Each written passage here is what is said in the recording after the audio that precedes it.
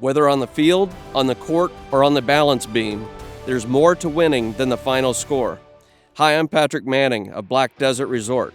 We recognize the effort it takes to succeed.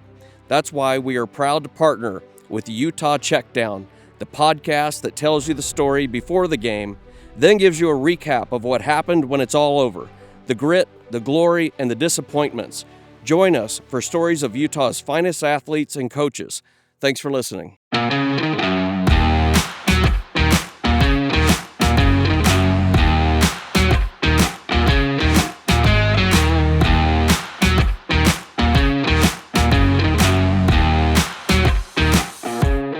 You're listening to the Utah Checkdown Podcast.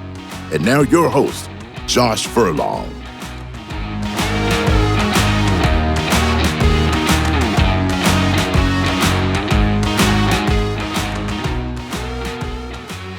Welcome back to another edition of the Utah Checkdown Podcast. I am Josh Furlong, and once again, happy to be with you today. We got football to talk about. That's always a good day, right? It's always a good day to have football. Today will be about the 2025 football schedule that was just released this morning, so we'll jump into that. But first, let me tell you about our partners, Black Desert. Black Desert Resort isn't just your home. It's an endless retreat where life is played your way, from intimate studios to spacious four-bedroom suites. The raw beauty of southern Utah is your new backyard. Discover its championship golf course, exquisite dining, and world-class outdoor adventures, all yours to conquer. This is luxury your way. Learn more about owning a luxury residence at blackdesertresort.com. Come play, come stay. All right, as I mentioned, we'll talk college football. We'll talk Big 12. We'll talk Utah football schedules. So, today was the day. It's been the long-awaited day that we've all been kind of wondering when it was going to happen. We got some rumblings that it was going to be this week, and then the Big 12 announced that it would be today at 9 a.m. Mountain Time. So they did for the first time, they did a Big 12 schedule release show on ESPNU. They had some other platforms, ESPN Plus, and some other places that you could have watched it, but that was kind of your main broadcast channel. And I thought it was going to be a little bit different, quite honestly. Right as the show started, all of the schools and the conference released the schedules for everybody. So the show seemed kind of superfluous to what it was. But, it gets people to watch and kind of break it down in a little bit and do that. So, this is Brett Yormark trying to provide a little bit more juice to what the schedule is, trying to get people excited for it and kind of talk about it in that respect. So, you have to like that. But at the same time, it was something that was really easy to see on Twitter once that got put out there, and everybody moves on. So my story's out there. If you haven't seen it, you can go check it out and see the full schedule that way. But I'm going to break it down here and let you know everything that's happening. So let's dive into it. All right, so some early impressions of this schedule. And let me just read you the schedule. I don't expect you to understand it or comprehend it in the sense of like remembering every date, but I'm just going to read it. Just so it's there. So Utah starts off the season at UCLA on the road. Only the third time in 15 years that Utah started on the road. Obviously, you remember the Florida game. That was a big one. And so then you've got UCLA at the Rose Bowl. So that'll be a fun opportunity to go up against a former Pac-12 opponent. UCLA, really started to come along as it goes. And I'm going to break these down as we go, but a little bit. We'll get into them deeper as the year goes on. But so you have that. You return home for Cal Poly. Then you're back on the road in week 3 against Wyoming in Laramie. Interesting game. You start conference play with Texas Tech at home. This is an interesting team, and I'll get into that in a sec. You then go on the road to West Virginia, and then you have your first bye. So your first bye comes in week 6, and then after that you have 4 games with 3 of those at home. So you've got Arizona State at BYU, Colorado, and Cincinnati. So Colorado and Cincinnati are at home. The only road game is at BYU. So you've got that. And then you have your last bye. What is that week? You can't even see. Whatever that is.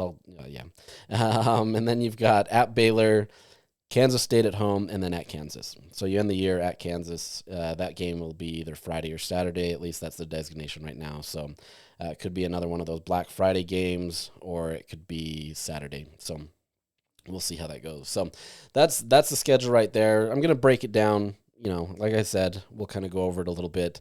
We'll go over this more once we've seen spring camps for all of these teams and kind of see where they're at, see where their weaknesses are, see where their strengths are. We still have kind of a good idea of where some teams are based on how they played last year, so we'll see how it goes. But early impressions right now. Those early impressions are there's no travel outside of Utah in October. That's a great advantage for Utah in the sense that they don't have to, the middle month of the season, you don't have to leave home. And yeah, you have to go to BYU, but that's hardly, that difficult. You're driving, 40, 50 miles south and you're staying in a hotel. These guys stay in hotels every single week, so it's not anything out of the world, but they're at home. They don't have to fly. They're on a bus. It's pretty easy travel. So October is going to be a great month for them. They get their first bye, October 4th, and then you've got, 3 games in the state of Utah. And then even in the first week of November, you're still at home before another bye. So really, from the time that Utah travels from September 27th against West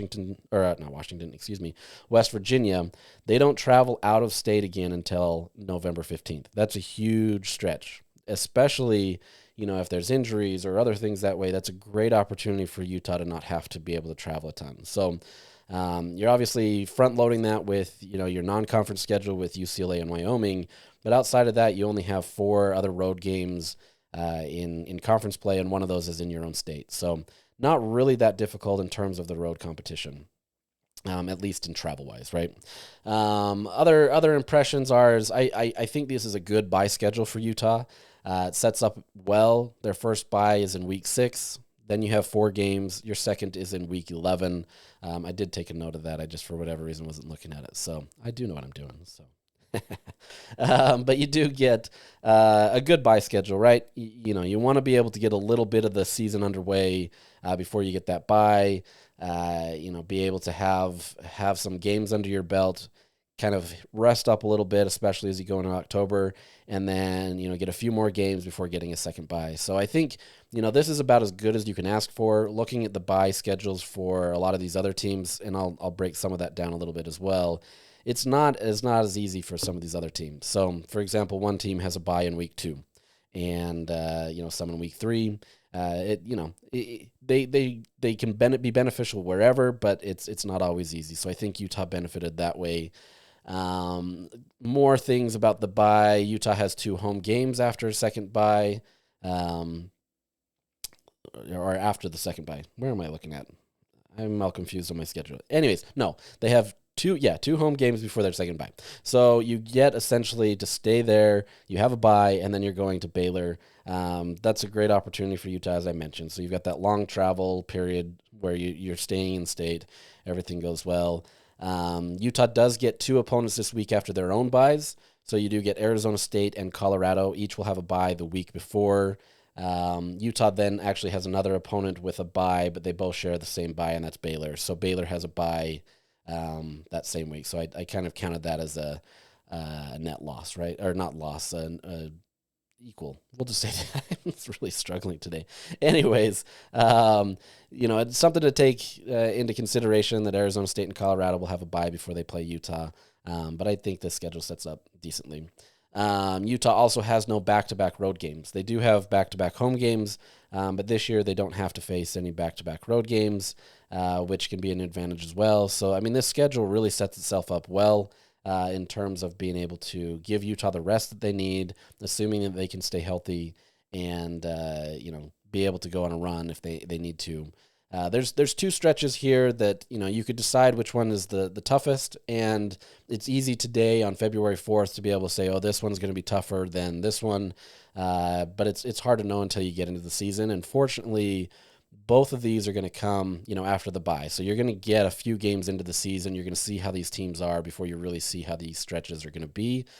But that first stretch, I would argue, is probably tougher, but you can convince me on the other one, is that after the Utah's first bye, you then have Arizona State at home, you then go to BYU, you then have Colorado at home, and then you get Cincy. Now, Cincy's not expected to be one of the top teams in the conference, but that can be a tough stretch. You're going against the reigning champions in ASU. BYU is always an emotional game, And then we really don't know what this Colorado team's going to be. Are they going to take, a step back, not having Shadir Sanders or Travis Hunter?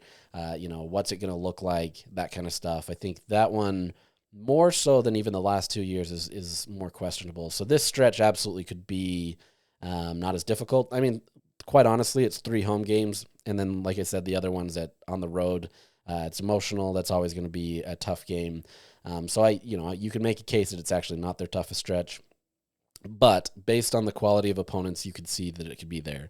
Now, the second stretch, and that's the one that close out the season, I think has potential to be tougher than the other one, just simply because 2 of the 3 are on the road, and all 3 of them should be in the upper echelon of the conference this year. So you start at Baylor. That comes after that bye week, as I mentioned. Then you come home against Kansas State, and then you go back on the road against Kansas. Now, all 3 of these teams, especially with how they finished in the season, should be trending in that direction where they could be, in the mix for a conference title. They could be some of the tougher teams. And so just the fact that you have 2 road games makes that a challenge, especially against, tough opponents. But the way that the schedule sets itself up, it has the advantage where if Utah's healthy and they're playing the football that, Utah hopes that they should be playing at that time of the year, that it trends well to be able to have that bye coming into that. And it trends well, especially to have Baylor coming off of bye. So it's not like one team suddenly has this momentum and you're sitting at home watching. This is now an opportunity where both teams are coming into it kind of cold, rested up, and, it can go both ways. So really curious to see how that goes. Honestly, those are my early impressions of it. Nothing too crazy. Like I said, it's a good schedule for Utah. They do have tougher opponents to some extent in the sense that you do have Kansas State and Kansas this year. You're also getting Arizona State, which is clearly on an upward trend. Texas Tech is much improved, so we'll see. So let's jump into each of these games and just kind of talk about them briefly. We're going to go short today on this podcast just so that you can have something but not get too crazy. But with this home schedule, so you do start at home against Cal Poly on September 6th. FCS game. You can expect what you want with that one. This is just a tune-up game essentially after you've already played UCLA. I'm curious to see if Utah puts a little bit more emphasis in that UCLA game, similar to what they did with Florida. I don't think it'll be as much. I don't think you're looking at them as kind of the same physicality that Florida was going to bring. But this UCLA team, they emphasize defense. They want to be able to kind of rough you up that way. So curious to see what this game will look like. But, I mean, the result is expected. So we'll move on for the other home games. So Arizona State, I'm going in this alphabetical order. So we're just going to go that way. Arizona State, reigning Big 12 champion. Obviously, there's a ton of momentum toward Arizona State. I would expect them to probably be the conference favorite, if not one of the top 3 teams in the preseason predictions. I just think, there hasn't been a lot lost there, and they're continually improving. Obviously, they have the momentum of being able to be the reigning champs. They do lose some pieces, and so there will still be questions. But you do have a tough Arizona State team. You do get them at home, which is an advantage, and Utah traditionally has played better at home, assuming that Utah is healthy. Last year obviously didn't bode well for Utah at home or away, so it really didn't matter where you were playing. You just didn't have a team. But if this, to be able to get Arizona State off of a bye, I think that is beneficial for Utah. It allows them to rest up and kind of be ready. The reality is even with Cam Rising, not really playing a great game at all in his final game as a Ute, they were still in the mix in that game on the road. So, Arizona State's a tough out, but at the same time, it's not. I still don't think they're as difficult as what they could be, right? And obviously, they picked up steam as the season developed and became a much different team. So. We'll see how that goes, but winnable game by all means, but it's not one of those games that you can just kind of gloss over anymore. Arizona State has definitely improved. They've done a tremendous work of being able to build and grow, and I think you're going to see a lot under Kenny Dillingham being able to have players excited about it, right? People are wanting to come there. They want to be able to compete at a high level. They have a coach that is similar to their age, and so it kind of gives them that same players coach mentality type stuff. And so, they could absolutely be a dangerous team. by week 7, when Utah plays them, you're going to be able to know a lot about both of these teams, and we'll be able to know. But I mean, that's October 11th. That's the first time you see them, or that's when you see them. So we'll see. Cincinnati. Cincinnati is expected to probably be near the bottom of the conference. They just haven't made the same improvements that other teams have. That's not to say that they can't make a jump, similar to kind of Arizona State did or BYU did. But I don't see, at least on paper, where that's the case, right? They haven't necessarily had an upward trend. Not to say that it can't be. I think they have some positivity within that program that could allow them to kind of break off a few and not be at the bottom. But this is a team that's still probably a year, maybe 2 away from being able to fully compete. I don't think they've kind of laid it out as well as some of these other teams, and so. I don't want to say that that's not a challenge, because any of these games are tough. But you do get Cincinnati at home. You get them that they play Baylor the week before, so potentially that could be a tough game where they have them at home, but then you're traveling across country to Utah. It's tough to decide how that's going to play out. But I mean, this is near the end of the season. We're going to know what these teams are like. Cincinnati, they're either going to exceed expectations, or they're just going to kind of be trying to play it out to the end and hope that they can finish strong. So that one, that's probably one of your easier games in conference. But once again, it's tough to fully know. Colorado, they're expected to be middle of the conference, right? I don't think anybody's expecting them to be at the top, especially since you don't really know what they're going to be, what their roster is going to look like. Obviously, a ton of transfers, a ton of talent.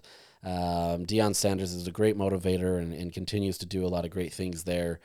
He's seemingly invested into the program, right? Obviously had an opportunity potentially to coach at the Dallas Cowboys or the Raiders or some other programs, and he's wanted to stay at Colorado. So potential to be a program builder there, be able to get guys that come in and want to be able to mature through the system, be able to play competitively in Boulder, and it's a good thing. So as much as, today in February, we don't know much about Colorado, this is still a tough game. It's at home. Even though Utah's been hampered the last few years, this has still been a tough challenge for Utah. They've improved on defense. They're getting better in the trenches outside of the offensive line. That hasn't been there. And if they can get an offensive line, then you have to like what they can do. But this is still a team that, honestly, it could go either way. They could be at the bottom of the conference. They could be near the top of the conference. I don't think they're quite to that upper echelon team where, they can win it all. But you never know. All it takes is be able to have a team gel together and have that unity, and things go well, like ASU or BYU or different things that way. So, definitely not out of that, but interesting nonetheless. You do get them the week after BYU, which there's always somewhat of a hangover, win or loss. And so that becomes the real challenge. How do you handle that? You do get them at home to start a 2-game home stretch. But at the same time, that's coming after BYU game. So interesting to see that one as well. Then Kansas State. You do get Kansas State in the penultimate, holy cow, game of the regular season. This is your last game, so it'll be senior night. Quarterback Avery Johnson's coming into town. He's obviously shown some abilities to be able to be really talented. He's also shown the ability to be able to get sped up and turn it over, as was the case when he played BYU this year in Provo. Excuse me. This is a team, once again, that is going to be near the top of the conference. People are going to have some expectations about Kansas State. They're going to be in the mix. And so this is going to be a tough challenge, right? It's going to be an emotional game. This is the game that Utah, always has their seniors go out, and it's going to be interesting to see how that goes.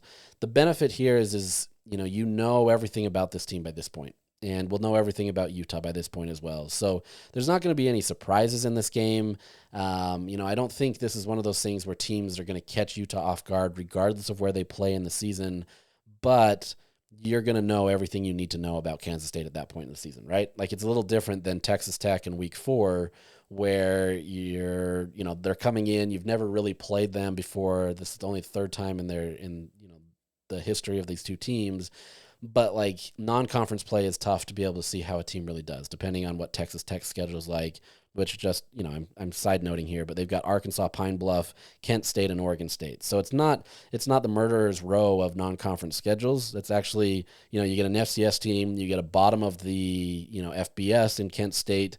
Unless they're making significant improvements, they're going to be at the bottom again. And then you get an Oregon State team that's they've been up and down. So that first game for Utah and Texas Tech, you're not really going to know a ton. So it's not like that. I completely took away the Kansas State to move to Texas Tech, but they're both at home, so we're going to stick with that kind of stuff. The one last note for Kansas State is they do get Oklahoma State the week before. I'm curious to see what Oklahoma State brings this year. Utah doesn't play them. But clearly they were in a world of disarray last year, worse than Utah. And so Mike Gundy had to renegotiate his contract or be let go. It's kind of a mess there, so we're curious to see what happens there. But like I said, I mean, you're getting them the second to last week of the season. You're going to know what Kansas State's all about and what you can do with them. And if Utah's in competition for something, if they're in the middle of the row, are they missing a bowl game again? We'll know a lot of these things. We'll see how that goes. So back to Texas Tech. This is one of those teams that's kind of really fascinating because they're projected likely to be in the middle of the conference. They haven't really been able to take that next step to be able to be considered one of the upper echelon teams of the conference, to be able to compete on a weekly basis with those teams. But it's a team that continues to do phenomenally well in the transfer portal. Now, some of that is obviously oil money and being able to be in Texas and stuff that way.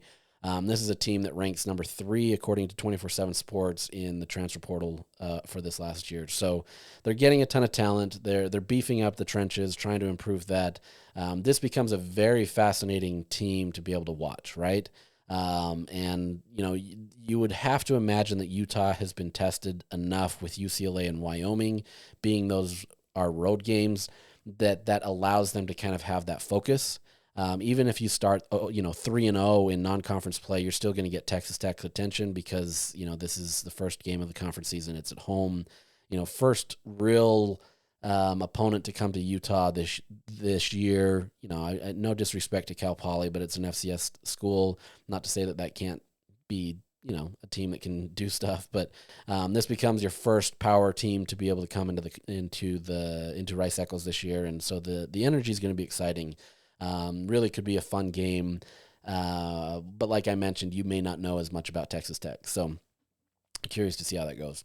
Let's go to the away games. UCLA, as I mentioned, that you start the season off there, so you're going to get all the attention. This is going to be all that Utah focuses on from now until August 30th. They finished strong in the Big Ten, didn't exactly go as planned, but they made some strides at the end of the year where you could start to see that there's some upward momentum. Curious to see what those next steps are, kind of what's going on. We'll obviously develop more understanding of that after spring and kind of how things are going. But really fascinating game. I think the fact that you get to go to an environment where Utah's familiar with, that helps. I don't think there's going to be anything that changes for Utah and how they approach this game. It's not like you're traveling across country to go to Florida. I think this just becomes one of the easier types of environments to be able to go into. Now, then you go to Wyoming on September 13th. This one is one of those games where it was scheduled to be played in 2020 with the return trip to Utah in 2025. We're in 2025, and it's been renegotiated where they will still go to Wyoming first. So that's this year, and then you get a return trip. So Wyoming will play in Utah in 2027. But this is one of those old contracts that has existed for a long time. Chris Hill signed this one into existence, and he hasn't been the athletic director for quite a while. This is one where everybody wonders why they're still playing in Wyoming. A former conference foe. It's a tough environment, but you're getting this game in September. Laramie is going to be, not as difficult. I'm not going to say it's not a difficult environment, but it's not like you're playing this in November when it's frigid cold and, it's a world of hurt. This isn't going to be that crazy. The biggest change is going to be going from sea level at UCLA up into, 7,000 feet at Laramie. I can't remember exactly what it is. But Utah exists at high elevations, so it's not going to be the end of the world. But Wyoming, they had a struggling year last year. They finished near, I can't remember exactly where they finished in the Mountain West, maybe near the bottom, but it wasn't the team that they'd had in years past, where you go into Wyoming, go to Laramie, and you're in for a battle. That's not to say that you can't have that in Laramie this year, but it's not quite the same. So we'll see. Interesting opponent, but we'll see how that goes. Next, you got Baylor. Baylor really, they were kind of the quiet team in the Big 12 last year that kind of did well. They were the sneaky team that, a few things play the right way, and they're playing in the conference championship, and they're doing well. So, a team that's growing. Dave Aranda has done a good job with Baylor. Obviously has had some few down years, but it seems like he's found kind of some upward momentum. Baylor, I would imagine, to be one of the upper teams in the conference in terms of kind of how they're projected. Both of these teams have a bye going into this game. Utah gets to travel to Waco again. It won't be as crazy hot like it was 2 years ago when we had to travel in September and have 110-degree environment. This should be a much more pleasant experience to Waco. So this is in November. It'll be much nicer. So curious to see what this team does as well. Once again, you're going to know a lot about Baylor by this point, but this is a team that I think could make some noise in the conference this year. We'll see. Dave Aranda can be a really good coach, but he hasn't always been able to put the pieces together. So we'll see what happens there. BYU, obviously, this is the big game that Utah faces every single season. There's going to be a lot of emotions based on how this game panned out in Rice-Eccles Stadium. Now you're going to Provo, where that place is going to be rocking, especially if BYU is playing well like they have been the last year.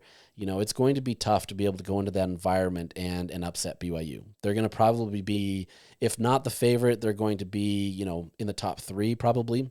A lot of people are looking at them as a team that should have probably made the playoff, whether you agree with that or not. That's kind of the outside view of BYU and kind of how they were disrespected that way.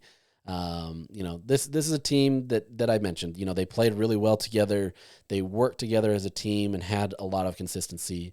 The issue there now is you've got to do that, another year. Now that people are expecting more from you, can you live up to that? And as we saw with Utah, that's not always the easiest case, right? It's going to be the same case with Arizona State, some of these other teams. It's a challenge to be able to stay up at the top and get everybody's best. So if BYU is the conference favorite or they're near the favorite, you're going to get at least your team's best. You're always going to get Utah's best because Utah's going to come in there and it's an emotional game. It's in a hostile environment. It'll be a fun, electric environment. I hate that it's still in October. I don't know why they're not putting it at the end of the year, but it is what it is. BYU gets Arizona the week before on the road. Depending on how Arizona is this year, that could be either a really tough game or not as much. We'll see how that goes. But, interesting game, no less. Kansas. So that's your very last game of the season. They're expected to be at the top of the conference, near the top of the conference, even though they didn't have a great record last year. They finished strong. Obviously, there's a lot of optimism about this program and Jalen Daniels and being able to, what he was able to do, all that kind of stuff. They have Iowa State the week before, so that's a tough competition, especially if Iowa State's supposed to be competitive again. But it's the last game of the season. You'll know what you're playing for at this point. This game could be either really electric for two teams that maybe are competing for a spot in the Big 12 championship. It could be two teams in the middle of the conference. It could be two teams missing a bowl game again. It's hard to know, but I think you're going to get two teams that are going to be at a much better spot than they were this year. Two teams that are going to be able to fight and be ready that way. And then lastly, your final road game, which is actually your first road game in conference play, West Virginia. Once again, they let go of their coach. Things didn't go as well. They kind of stayed it by a year where things were able to be kind of picked up a little bit and moving on. But they let go of their coach, brought in Rich Rod back to Morgantown, who was a former head coach there years ago. Utah's absolutely familiar with Rich Rod and his time in the Pac-12. So there's familiarity there. They understand it. He's an exciting person to say the least, and will bring a lot of energy for that team. But I'm curious to see if West Virginia can put it together in his first year. Usually the coach, even in the transfer portal era, that first year is not easily able to put it together. So curious to see how that goes, kind of what that looks like and how that development is able to come together. But this is a team that is most likely going to be at the bottom of the conference. They're going to be projected there just based on the expectations there. They get Kansas the week before they play Utah, so that could be a tough challenge. Do they come into that with a loss? Do they come into that in a hard-fought battle? Do they come with a win? It's hard to know, but it's early enough in the season that Utah, they're not going to have a ton of information about them. You have to travel across the country. My unfortunate thing here is that it's not in October where those leaves and, the fall kind of environment of Morgantown is going to be at its peak. But it's still, it's still going to be a fun environment, and I think this will be a fun game. So this is the first time ever that these two teams have met in the regular season. They've played each other twice, but those two times have been in bowl games. So, that's kind of the nature of where it is. And Utah's won both of those games. So you got that. All right. So with that said, looking at your favorite road trips, BYU and UCLA have to be a given, right? BYU is the easy one that if you're going to go to an away game, it's easy to drive to Provo. So fans are going to be able to do that. UCLA, as we saw in the Pac-12, fans travel to those venues very well. LA is obviously a really easy venue to be able to travel to. Utah took over Pasadena a few years ago for their first Rose Bowl experience, and then a little bit the second year. But those feel like the given. Outside of that, what are your best road trips? Like, are you planning any of these? Are you going to Wyoming because that's close? Baylor, you can go get some Texas barbecue in November. Who doesn't love that? Kansas, last game of the season on the week of Thanksgiving. Do you make it a holiday break? Not that Kansas, I'm assuming, is probably a place that is your first item of business for a Thanksgiving trip. I would probably go to Hawaii personally, but I'll be in Kansas.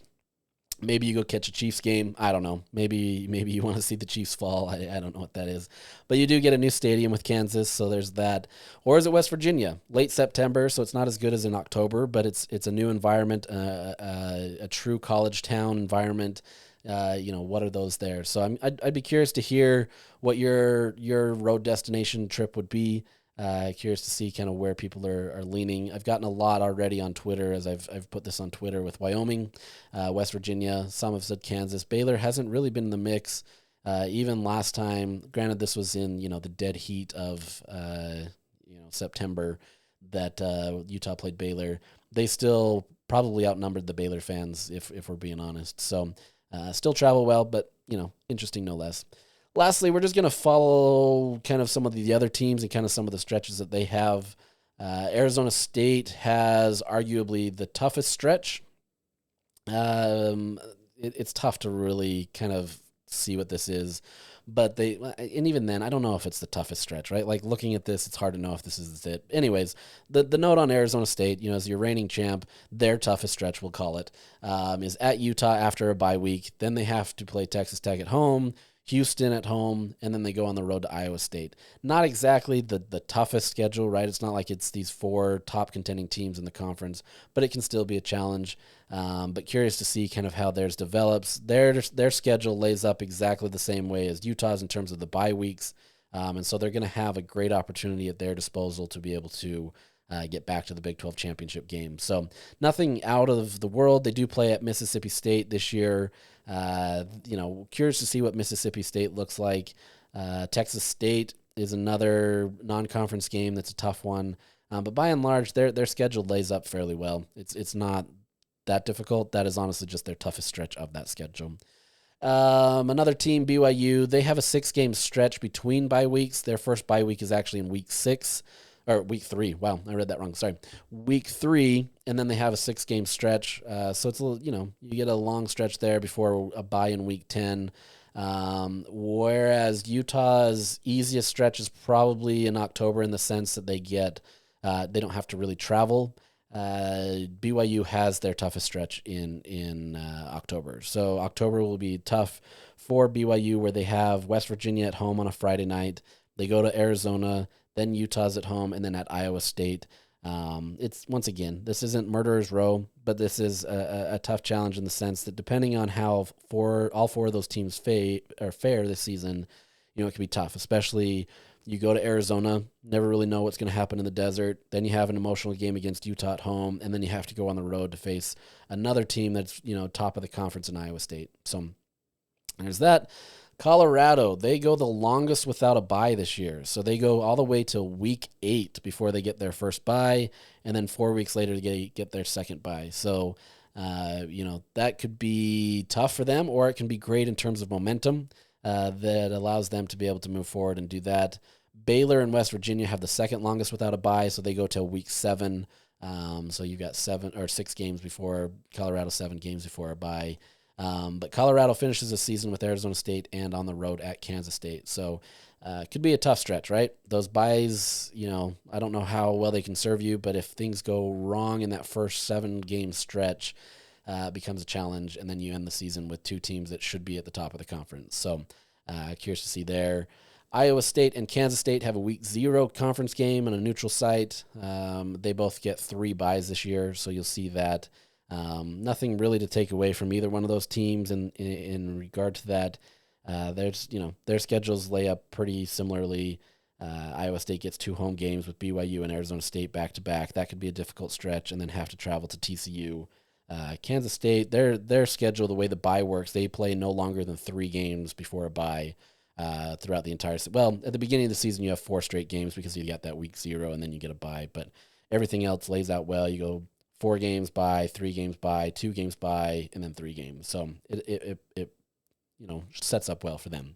And then lastly, my only other team takeaway is with kind of the long stretches for some of these teams.